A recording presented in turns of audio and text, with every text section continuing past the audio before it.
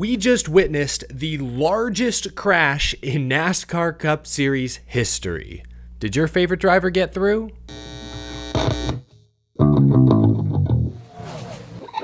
How's it going, y'all? My name is Eric. Welcome to Out of the Groove. Two Penske playoff drivers were at the center of two massive crashes today at Talladega. We'll break all that down and much more, but first, this episode is sponsored by Prairie City Bakery. Y'all know I have a sweet tooth. Their ooey gooey butter cakes are the perfect race day snack. These decadent cakes are like a victory lap for your taste buds. Whether you're headed to the track or cheering on from home, you can find ooey gooey butter cakes available at convenience stores nationwide. You won't want to miss out on this irresistible race day snack. I'm a big fan of the salted caramel flavor. Caramel. See, I say it both ways depending on the day of the week. Grab a few ooey gooey butter cakes today and make your race day snacking a big win. You can find out more by heading to their website down in the description below. Okay, now we should probably get to the actual episode. Just got done watching the Yellowwood 500, the Talladega playoff race. Do I have anything on my face? Hold on. Ricky Stenhouse Jr. wins his fourth career super speedway race. It's his first victory since the 2023 Daytona 500. He now becomes the third non-playoff driver to win a race, now 5 races into this year's playoffs. He got it done in overtime, late race restart with some help from his Chevy teammate William Byron. The unofficial margin of victory I saw was 6/1000ths of a second over Brad Keselowski, with Byron peeking around the outside there in the tri-oval. Add another thrilling photo finish to a season that has been full of them thus far. Congratulations to Ricky Stenhouse Jr. He was in the mix all day. In fact, he finished second in stage 1, so he also earned 9 stage points on top of the race win. This wasn't some fluke. We know that Ricky Stenhouse Jr. is a formidable super speedway racer. He oversteps sometimes, sure, gets himself in some hot water, but he's usually fast. He's usually up front. Roush, JTG, does not matter. He is consistently in the mix at this style of racing. Gets the win today. Earned it straight up. Congratulations to him. Congratulations to Ricky Stenhouse Jr., but let's discuss how we got to that point, because this race was relatively clean. I think there were only 3 cautions for incident all afternoon. Let's go back to the beginning of the race. Daniel Suarez, playoff driver, forced to serve a pass-through penalty due to unapproved adjustments the team made to the roof area after inspection yesterday. Suarez loses the draft, gets swallowed up by the pack, then tries to jump in front of BJ McLeod, was not clear, wrecks himself. This was only 13-14 laps into the race, really early, nearly took out Reddick, William Byron, fellow playoff drivers. Fortunately, Suarez was the only driver who paid for his bonehead mistake early on. That was the first caution for incident. The second caution for incident came out at the very end of stage 2. Actually, this was technically a stage caution because the yellow occurred as everyone was crossing the line. Coming to the green checkered flag, Ryan Blaney gets put 3 wide middle, loses his momentum, and then gets turned by Alex Bowman hard into the outside while collects his teammate Joey Logano. Denny Hamlin also gets some damage. Ross Chastain demolished. Horrible crash that took Ryan Blaney out of this race. Hey, but he still earned 3 stage points where he crossed the line. Not all bad. No, it was pretty bad. And Ryan Blaney was pretty mad afterwards with Alex Bowman. This is what Ryan Blaney told reporters after he exited the infield care center. Quote, "The 48 just drove straight through me in the tri-oval. Just wrecked the F out of me. You can't just run wide open through somebody in the tri-oval," but he did. Blaney had every right to be upset, ran a really good race up to that point. We know he's a fantastic super speedway racer. He worked really well with his teammate Austin Cindric in particular. To get wrecked at the end of stage 2, really by no fault of your own, stings. And it's happened to Ryan Blaney quite a bit recently. Watkins Glen crashed out early by no real fault of his own. Darlington crashed out in the opening laps by no fault of his own. It's getting old. It's getting tiresome for Ryan Blaney. I get it. But if we look at this incident, I don't see anything that Alex Bowman or Kyle Larson behind him did obviously wrong. In fact, you can see this top-down view that the 48 N5 slowed their momentum as they came up behind the 12. So no, he didn't just floor it and drive straight through Blaney. They were trying to give him some space, let him catch it. They weren't trying to hit him too hard. The problem was where they caught Blaney was in the tri-oval, where these cars are notoriously light on their feet. It's sketchy through there. Any bump draft through that part of the track could send someone spinning. So it was a combination of factors. Coming to the stage finish, everyone's being aggressive. Blaney's going slow at that point. Bowman and Larson have a full head of steam. They tried to slow down a little, happened to hit him in the tri-oval, maybe the worst spot outside of entering turn 3 on the racetrack to hit somebody. I get why Ryan Blaney's frustrated.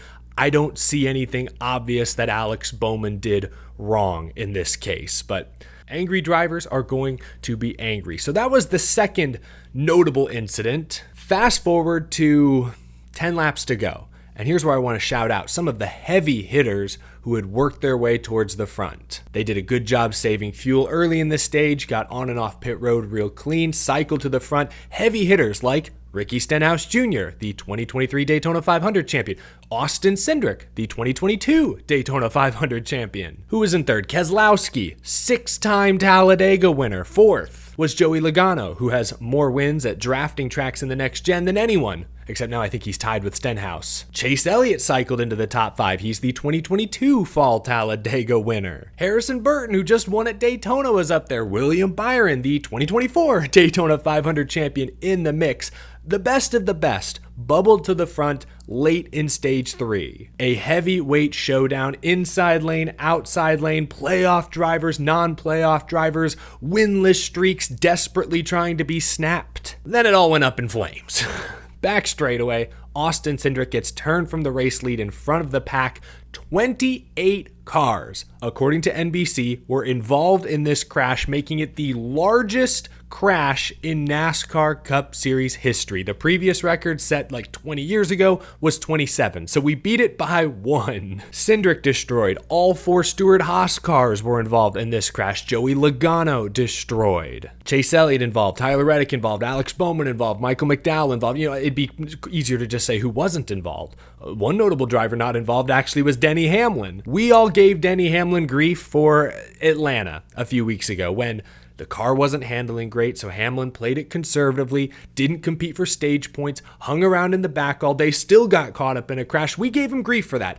Justifiably so. But today, Hamlin found himself in a very similar situation. The car wasn't great, likely after damage sustained in the Ryan Blaney-Ross Chastain crash. He had lost the draft after the final cycle of green flag pit stops, was in 32nd place, nowhere to be seen, but it worked out in this case. What he hoped was going to happen at Atlanta happened today at Talladega. He was far enough behind the crash, he missed it, was able to make up all that track position. Denny Hamlin ends up with a top 10 today, despite, I don't think, having a top 10 car by the end of this race. So many good cars destroyed. Again, 28 cars involved. My goodness gracious. We witnessed history here today, folks. So what happened here? The field was lapping Todd Gilliland. The inside lane got broken up a bit, disorganized. Suddenly Cindric has a huge gap. Keselowski's getting pushed, closing him fast. Entering turn 3, the danger zone. And he just clobbers Cindric's rear bumper. Bad angle, sends the 2 around instantly.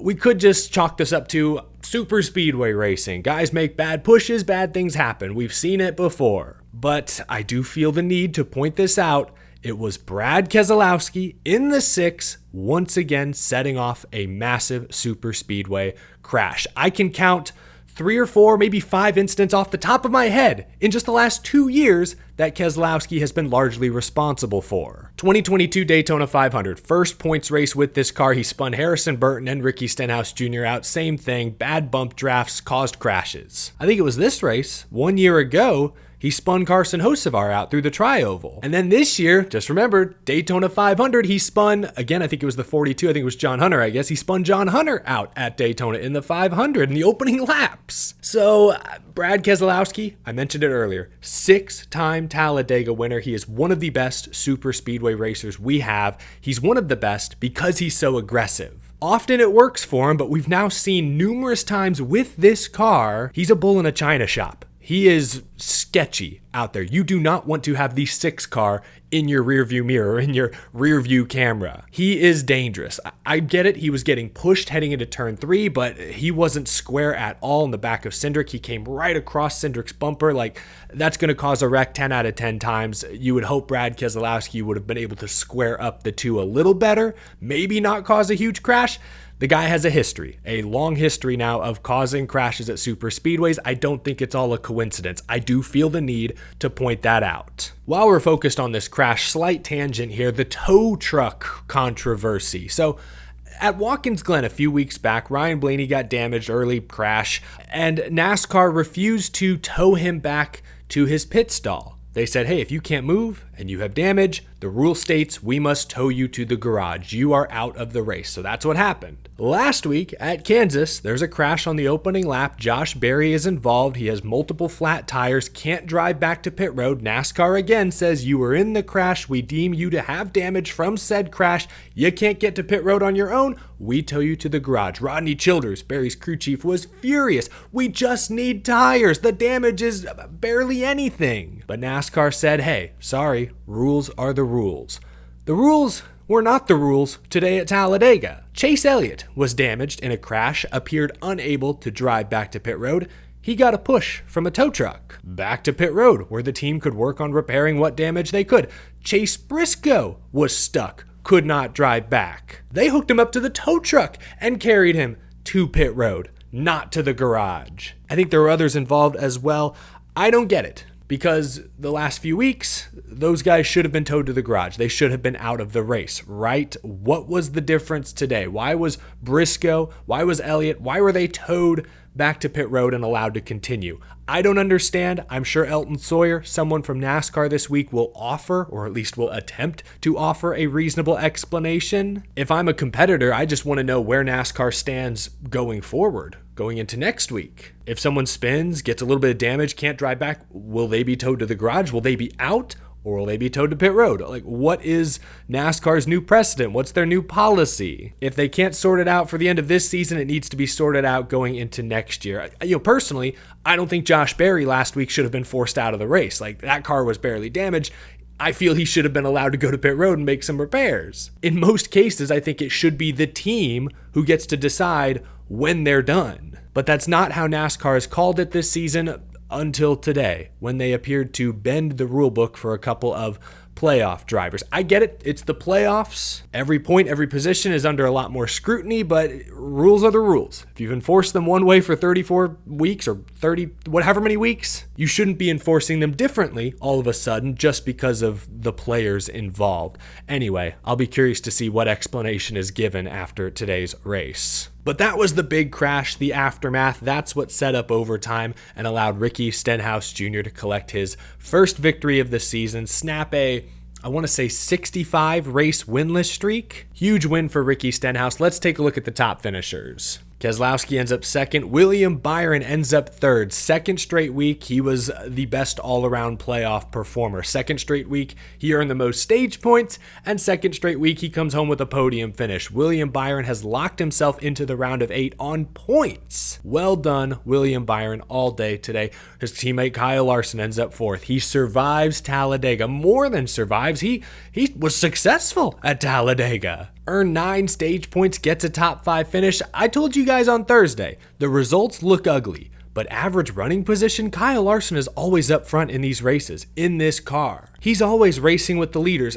Eventually, he was going to finish one of these things. He was due. That's why I said, watch out for Kyle Larson. I was proven correct. Top 5 for Larson. Sneaky Christopher Bell ends up 6th. Really wasn't a factor all day. Denny Hamlin, 0 stage points earned today. Comes home 10th. Got bailed out by the biggest one. Goodness me. I feel like his fans have to be holding their breaths every single week at this point. Good result today. No other playoff drivers finished inside the top 15. I do want to give a shout out to Eric Jones. Nice to see Legacy Motor Club get a top 5. How about Justin Haley? Second race in the 7, finishes 7th. Good for him. Cody Ware 12th. Okay. Shane Van Gisbergen in top 15. Wanted to give some shout outs, but now let's take a look at the points. Where do I even start? Byron, like I said, locked in on points. Bell, Larson, virtually locked in. Denny Hamlin, after another stressful afternoon, is somehow plus 30. Great spot heading into the Roval. I really like where Alex Bowman is, plus 26, heading to one of his best tracks. He has never finished outside the top 10 at the Roval. I like that. Ryan Blaney, another driver, bailed out by the big one. Lots of playoff drivers involved, helped protect his cushion. Tyler Reddick, plus 14. Chase Elliott, plus 13. See, they should be safe,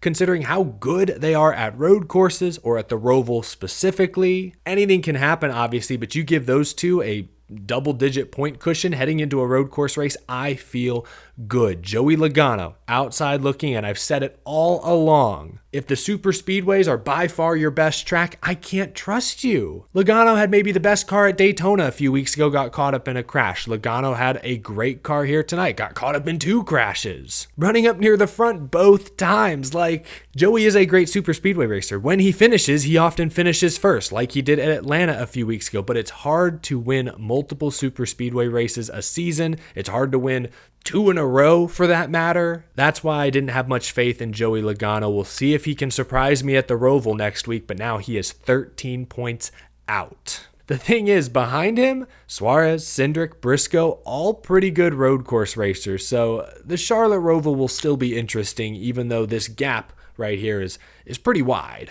I want to know how the Chase Elliott and Tyler Reddick fans are feeling today. I want to know how the Denny Hamlin fans are feeling today. It had to be a roller coaster of emotions, from highs to devastating lows to, hey, we got a top 10. Everybody crashed. We're plus 30. Whoa! Doesn't matter if it's ugly. All that matters are the results. Before we put this race on the groovy gauge, can we just talk about super speedway racing, the state of super speedway racing in the year 2024? It's not in the worst place, but I'm not sure it's in a great place either. Stage 1 today was very exciting. When that early caution flew for Daniel Suarez, everyone topped off on gas. We didn't see a ton of fuel saving. It felt like everyone was going like 80 to 90% that stage until the final few laps. Everyone went hard, and you had 3 and 4 wide racing. It was quite the spectacle. Very exciting stuff.